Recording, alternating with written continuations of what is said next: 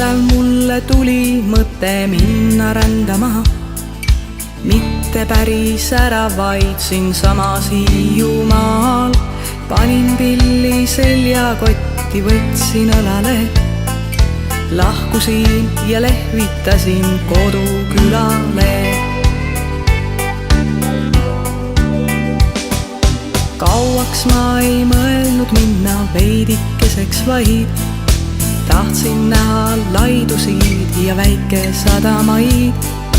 Tahtsin näha kalamehi, tuuleveskeid ka, kadakaid ja kiviaedu Vaatemere peal.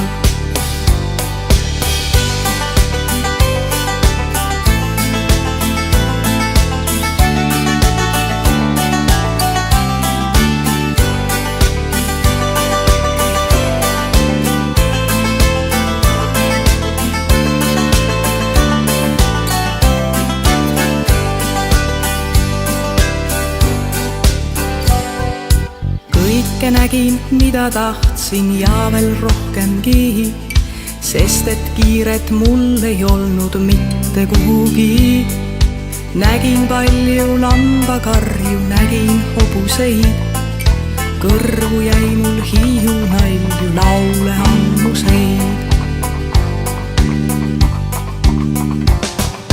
Käisin ära Hellamaal ja Ristnas Tahkunas ja kõputuled ornis kõike kõrgelt vaatamas. Emmastesse sattusin, üks kirik oli seal ja üks päev käisin täitsa Sääre tirbi otsa peal.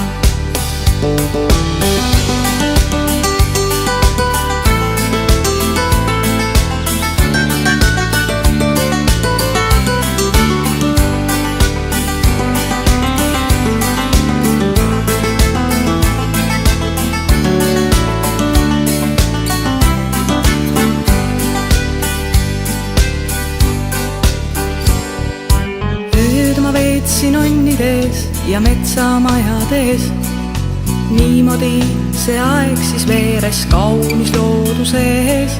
Lõpuks ühel päeval tõi mind Heltermaale tee.